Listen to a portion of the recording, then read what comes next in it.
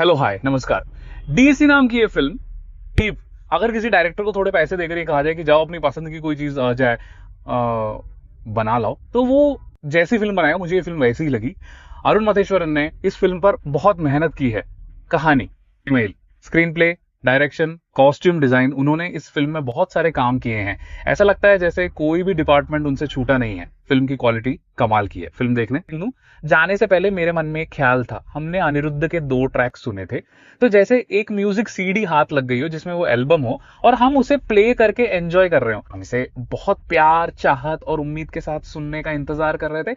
वहां कुछ विजुअल्स भी हैं, ठीक ठाक वॉयलेंस और एक्शन, यही सब हम एक्सपेक्ट करते हैं। लेकिन जैसा वो म्यूजिक है वैसे ही ये फिल्म भी मेरे लिए काम कर गई। इसके विजुअल, स्टोरी, परफॉर्मेंस, सब कुछ मुझे बहुत पसंद आया। ये एक मूड है। अगर आपको ये मूड सही से मिल जाए ना, तो ये बहुत मजेदार चीज है। डीसी मेरे लिए पैसा वसूल फिल्म रही, जिसे मैंने बहुत मजे से देखा। ये एक ऐसी फिल्म है, लेकिन ये सबके लिए वैसी नहीं होगी, क्योंकि इसमें बहुत वॉयलेंस है। मतलब वो चाकू घोंपना, और जब दोस्त के शरीर में गोली लगती है तो वो लोहे की रॉड जैसा असर करती है। अगर आप इसे खुरचकर या गहराई से देखें तो इसमें बहुत ज्यादा वॉयलेंस है, मतलब हद से ज्यादा।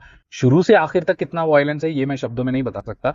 फिल्म में बहुत ही, मेरे लिए बहुत इंटरेस्टिंग था, या यूं कहें कि उन्होंने एक ऐसा फील जनरेट किया है जिससे देखकर मजा आता है। इसलिए मैं इसके बारे में ज्यादा डीप में नहीं जाऊंगा, लेकिन हाँ, बहुत वॉयलेंट चीजें हैं, पूरा ब्लडशेड है, और लड़ाई से ज्यादा इसमें गोलियां, धुआं और चाकूबाजी है। तो अगर आप ऐसी चीजें नहीं देख सकते तो आपका थिएटर जाकर फिल्म देखने का कोई मतलब नहीं है, क्योंकि इसकी ब्यूटी तो उसी में है। वो एक्शन, वो वॉयलेंस, वो रेज, मतलब जो अंदर से एकदम बाहर निकल कर आता है, वैसी चीजें हैं। ये फिल्म ऐसी है जैसे किसी के अंदर का सारा गुस्सा बाहर बह निकला हो, वैसे ही इसे बनाया गया है। तो अगर आप वो वॉयलेंस नहीं देख सकते, या उस वॉयलेंस के पीछे का वो रेज और पेन जो उन्होंने दिखाया है वो आपको महसूस नहीं हुआ, तो शायद ये आपके लिए वर्क ना करे। मेरे लिए तो डीसी बहुत जबरदस्त फिल्म रही। फिल्म का पॉजिटिव नंबर 1 वो है म्यूजिक। अनिरुद्ध ने क्या कमाल का म्यूजिक दिया है, एकदम तहलका मचा दिया है। वो पधना र र र र वाला साउंड सुनते ही पता नहीं मुझे कैसे कनेक्ट होता है। मतलब हर किसी का अपना तरीका होता है, मुझे ये ऐसे कनेक्ट होता है जैसे हमारे अंदर कहीं दबा हुआ वो अन कहा, अन सुलझा गुस्सा, वो रेज है ना, वो जैसे कहीं अटका हुआ सा लगता है। क्यों एग्जैक्टली वैसी ही जगह पर उन्होंने इसे प्लेस किया है। उनके लास्ट रिलीज किए गए रिलीज ट्रेलर में एक म्यूजिक बाइट है ना, वो सब एकदम सही जगह पर, एकदम परफेक्टली प्लेस किया गया है। और इसके अलावा इसका बैकग्राउंड स्कोर भी कमाल का काम है। खासकर वो टाइटल शुरू होने से अनिरुद्ध ने तो जैसे इसे अपने हाथों में ले लिया हो, और वो हर सीन को वैसे ही ट्रीट कर रहे हैं। मेरे लिए तो इसके अंदर के सारे म्यूजिक बिट्स मुझे बहुत पसंद आए। यूट्यूब पर इसका फुल ओएसटी रिलीज होने के बाद उसे बार बार सुनने का मन करेगा। अनिरुद्ध ने वैसा काम करके रखा है। अनिरुद्ध ही इस मूवी को, या मूवी देखने के लिए हमें मोटिवेट करके वहां तक लाए हैं। उन्होंने अपना वादा पूरी तरह से निभाया है। फिर विजुअल्स की बात आती है, मुझे लगा कि जैसा म्यूजिक है वैसे ही विजुअल्स भी हैं। असल में ये जब सामने आता है तो इसकी स्टोरी इसके पॉजिटिव पॉइंट्स में से एक है। कुछ खास नहीं यार, बेस लेवल पर जैसे कोटेशन लेते हैं वैसा कोटेशन नहीं है, वो कुछ और ही करते हैं। लेकिन उस लेवल के क्रिमिनल्स का एक ग्रुप जो हरकतें करते हैं, उसमें जो वॉयलेंस है, और जब कोई इमोशंस को या किसी पर्टिकुलर इमोशन को इंपॉर्टेंस देता है, तो जो होता है वही सब मूवी में है, लेकिन उसे बहुत इमोशनली कनेक्ट होने वाले तरीके से दिखाया गया है। और इसमें सबसे ज्यादा हेल्प करने वाले तरीके से ये विजुअल्स बहुत ही वेल प्लान्ड और सेट किए गए हैं। मुझे ये बहुत ही स्टाइलिश लगा। मतलब हाल ही में हमने तमिल या मलयालम में जो विजुअल्स देखे हैं, उनके मुकाबले इनके कैमरा एंगल्स और जिस तरह से वो हर सीन को दिखाते हैं, कैमरा कहाँ प्लेस किया गया है और ऐसी बहुत सी चीजें, विजुअली उन्होंने इसे बहुत ही इंटरेस्टिंग और मजेदार बनाया है। कैमरा साइड बहुत ही अच्छे से संभाला है, कलरिंग शानदार है, और एडिटिंग भी कमाल की थी। फिल्म थोड़ी लंबी है, पर वो लेंथ फील नहीं होती। इसे एक इंटरेस्टिंग स्टोरी बनाने में विजुअल्स का बहुत बड़ा हाथ है, जिससे मन करता है कि इसे पूरा देखूं। फिर गन्स और बाकी चीजें देखकर रिकॉइल वाली गन्स देखना मेरे लिए बहुत खुशी की बात थी। अब परफॉर्मेंसेस की बात करें तो लोकेश की एक्टिंग जो हमने पहले इसके टीजर और ट्रेलर कट में देखी थी, हम जो एक्सपेक्ट कर रहे थे उससे कहीं बढ़कर है।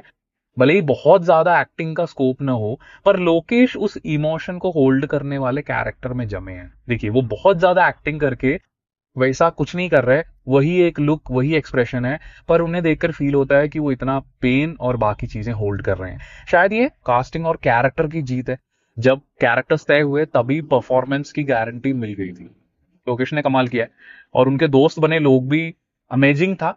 फिर इन्हें चेस करने वाला एक पुलिस वाला और उसके साथ शायद अरुण मथेश्वरन ने जो कैरेक्टर प्ले किया है, वो पुलिस ड्राइवर जो बस अपने घर जाना चाहता है, सबने बहुत ही शानदार परफॉर्मेंस दी है।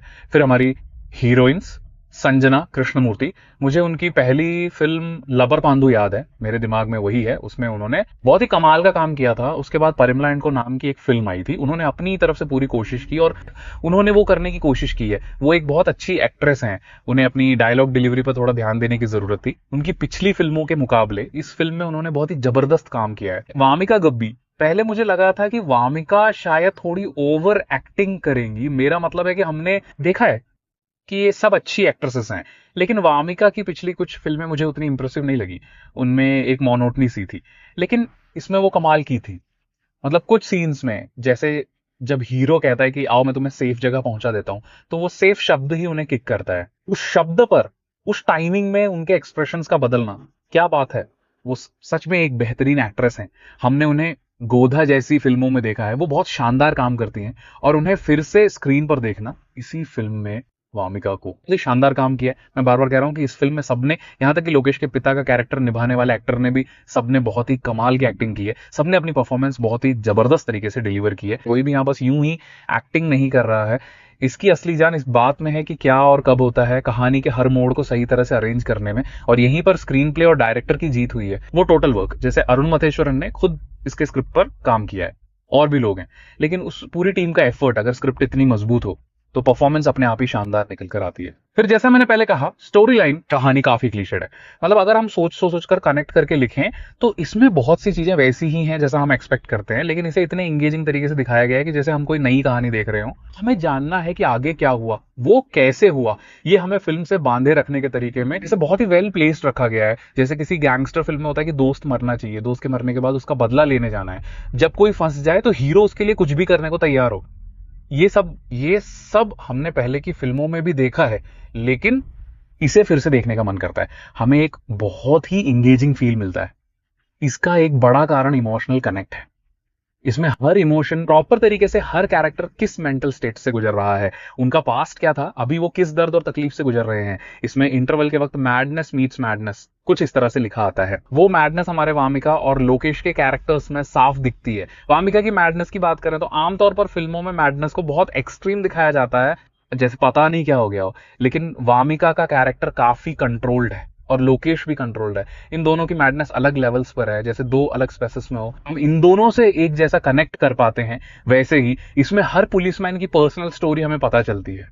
डायलॉग्स और बाकी चीजें भी इसी तरह प्लेस की गई हैं। यहां भी वो इमोशनल कनेक्ट बना पाना स्क्रीन प्ले की एक बहुत बड़ी जीत है। तो कुल मिलाकर ये एक अरुण माथेश्वरन वाली चीज है, ऐसा मुझे इसे बुलाने का मन करता है। ये एक डायरेक्टर की फिल्म है, इसमें दूसरे स्टार्स भी हैं। मुझे एक्चुअली ये बात बहुत पसंद आई। अगर इसमें कोई पर्टिकुलर स्टार होता तो उस स्टार के फैंस को ट्रीट करने के लिए, उन्हें खुश करने के लिए कई चीजें जबरदस्ती ठूंसी जाती।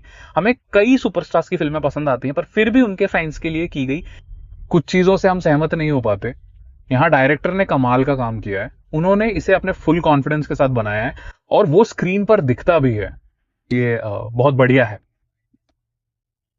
मेरे हिसाब से। अगर आपको वायलेंट फिल्में देखने में कोई दिक्कत नहीं है तो इसे जरूर देखें। इसका एक्शन और मैडनेस लेवल वाला रोमांस और बाकी चीजें जरूर देखिएगा। ये सब जो मैंने कहा मेरा पर्सनल ओपिनियन है, मुझे बहुत पसंद आई। So thank you so much for watching this video. अगर वीडियो पसंद आया तो लाइक, कमेंट और शेयर करें, और सब्सक्राइब और हाइप